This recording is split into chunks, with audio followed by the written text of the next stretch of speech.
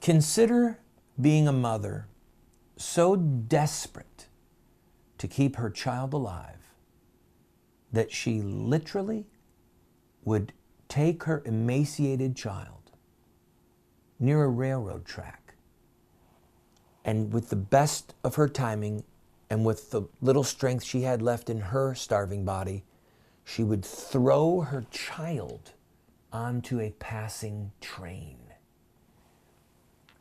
That is how bad things were in Ukraine during Stalin's successful effort to starve them to death.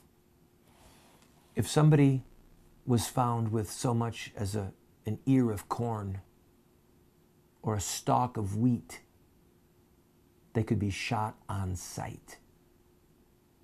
At least 10 million people, perhaps 3 million of them children, were starved to death by the Russian communists between 1932 and 1933. Stalin was a genius at propaganda. He had a former French prime minister travel to Kiev, the capital of Ukraine, on a 5-day tour, carefully staged. And he went and told the Western press, I didn't see any hunger, I didn't see any starvation, things are great. People in the Ukraine were sneaking out messages to their family members and friends that were in the West saying, we're starving. They risked their lives to send the message out.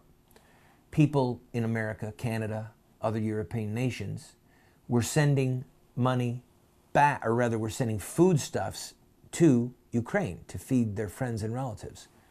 Communist authorities would stop the food at the border and let none of it in to the people. After these poor souls had perished with hunger, Stalin then repopulated Ukraine with Russians. Some of them undoubtedly might have moved willingly, and some of them were forced to move. The reason that you will hear in news broadcasts that the eastern portion of Ukraine is more favorable to the Russians is because they are of Russian descent, and they came and took over the homes and the farms of people who were starved to death by Stalin's decree. Those of you from an Irish background can think about the times in your sad history where the English literally starved portions of Ireland to death and then sent Scots or English to live in the abandoned homes.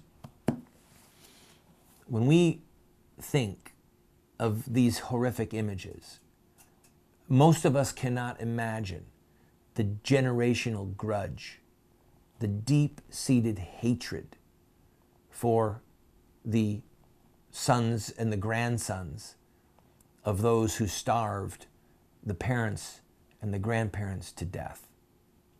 And so the question is, will Ukraine form a new government that is leaning towards Russia, leaning to the east, or leaning to the west? One bit of good news is that this does not involve Islamic terrorists. All right? This is about the 22-year-old government of Ukraine wanting to have in power a president, prime minister, officials who are not corrupt and who will hear the cries and the voice of the people of Ukraine. And so the former president, who is now hiding, he was voted out 380-0 by the Ukrainian parliament. Who's going to become the next head of state? The former prime minister has been released from prison. She is expressing interest in running for president.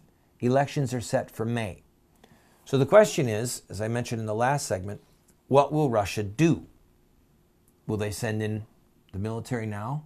That would be a PR disaster for them, especially after how well things went with the Olympics.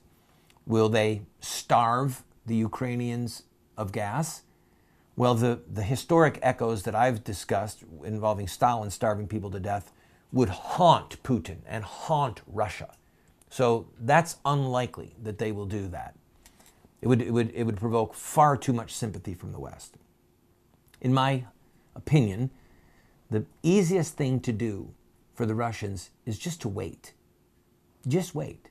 Because if Julia Tymoshenko is elected to become the next president of Ukraine, well, she has had favorable relationships with the Russians. I mean, after all, she was put in prison for her part in a Russian gas deal. She understands that Ukraine needs the Russian pipelines as much as Russia needs the pipelines to pass through Ukraine and to provide Europe with gas. So we will keep you updated on this, and I encourage you to pray for the people of Ukraine, that there is no more bloodshed and that they can proceed forward in what are their best interests under God, with life and justice defined by Him, not by communist or socialist or any other ist from Russia or from Ukraine, for that matter, or from America. This is the voice of resistance.